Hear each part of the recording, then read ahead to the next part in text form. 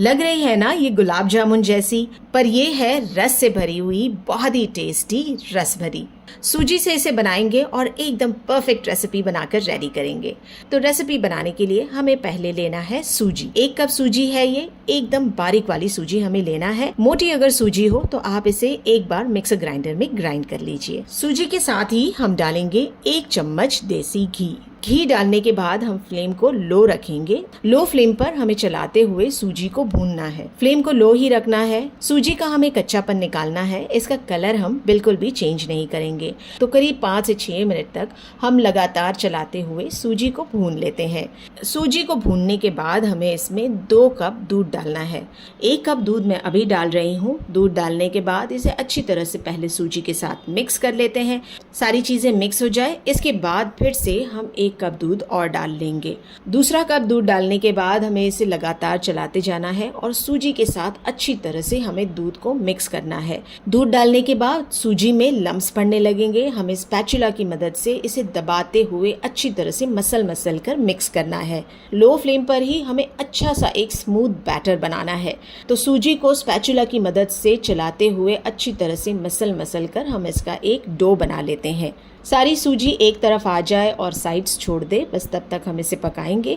बहुत ज़्यादा इसे हम नहीं पकाएंगे वरना रसभरी जो हम बनाएंगे ये फ्राई करने पर टूटने लगेगी। तो अब ये मिक्सचर को हम निकाल लेते हैं एक बड़ी सी प्लेट में। स्प्रेड कर लेंगे इसे और इसे ठंडा होने देते हैं। तब तक हम चाशनी बना लेते हैं। चाशनी बनाने के लिए हम लेंगे 2 कप चीनी और 2 कप ही डाल लेते हैं पानी। साथ ही इसके थोड़ा सा ज़ाफ़रान डाल लेते हैं और आधा चम्मच डाल लेंगे हरी इलायची का पाउडर। मिक्स करते हुए इसे मीडियम फ्लेम पर पकाना है। चाशनी को 1 या 2 तार नहीं करना है, बस चीनी मीडियम फ्लेम पर पानी में अच्छी तरह से घुल जाए तब तक हम इसे मीडियम फ्लेम पर पकाते हैं। तो चाशनी को पकने के लिए छोड़ देंगे। अब ये मिक्सचर की तरफ आते हैं। इसे हमें सहता गर्म रखना है या हल्का सा गर्म रखना है, एकदम ज़्यादा इसे ठंडा नहीं करेंगे। अब ये मिक्सचर में हमें डाल लेना है 2 चम्मच दूध का पाउडर। सोडा या बेकिंग पाउडर इसमें डालने की ज़रूरत नहीं है। अच्छी तरह से ये मिक्सचर को हमें मसलना है। अगर ये मिक्सचर बहुत ज़्यादा आपके हाथों में चिपकने लगे, आप थोड़ा सा घी इसमें ऐड कर सकते हैं। मसल कर ये मिक्सचर को हमें एकदम स्मूथ बना लेना है। जब ये आपके हाथों पे चिपके नहीं और इस तरह से एकदम स्मूथ हो जाए, तब हमें इसकी टिकिया बना लेना है। अब इस तरह से हम इसकी छोटी छोटी टिकिया बना लेते हैं। गुलाब जामुन की तरह ये रसभरी गोल नहीं होती है, इस तरह से हमें इसे चपटा बनाना है। आधे मिक्सचर की मैं टिकिया बना रही हूँ। बाद में आप और भी रसभरी इसकी बना सकते हैं। अब ये रसभरी को हमें फ्राई करना है। तो मीडियम फ्लेम पर मैंने तेल को गर्म कर लिया है। पहले मीडियम फ्लेम पर ये रसभरी हम डाल देते हैं। बिना हिलाए इसे इसी तरह से हमें छोड़ देना है 2 से 3 मिनट के लिए मीडियम फ्लेम पर।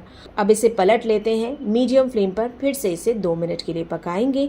अब फ्लेम को एकदम लो कर लेना है और लो फ्लेम पर अच्छा सा गोल्डन कलर आने तक हमें इस रसभरी को पकाना है, अलट पलट करते हुए। लो फ्लेम पर ही इसे पकाएंगे ताकि अंदर तक रवा जो है वो अच्छी तरह से पक जाए और जब हम इसे चाशनी में डालें तो ये बढ़िया से फूल जाए। चाशनी की तरफ आते हैं। चीनी अच्छी तरह से घुल गई है पानी में। बस अब मैंने फ्लेम को बंद कर दिया है। रसभरी पर भी अच्छा सा गोल्डन कलर आ चुका है। बस अब सारा तेल ड्रेन करके हमें इसे डाल देना है चाशनी में। चाशनी में रसभरी डालने के बाद हमें इसे इसी तरह से छोड़ देना है कम से कम 4 से 5 घंटों के लिए। तो 4 घंटों बाद आप देख सकते हैं रसभरी में चाशनी अंदर तक चली गई है। काफ़ी फूल गई है रसभरी और चाशनी को इसने बहुत अच्छी तरह से अब्सॉर्ब कर लिया है। इसे सर्व करते टाइम आप अपने हिसाब से इसे डेकोरेट कर लीजिए। मैं इस पर थोड़ा सा चांदी का वर्क लगा रही हूँ और थोड़ा सा डाल लेते हैं इस पर बारीक चॉप किया हुआ पिस्ता।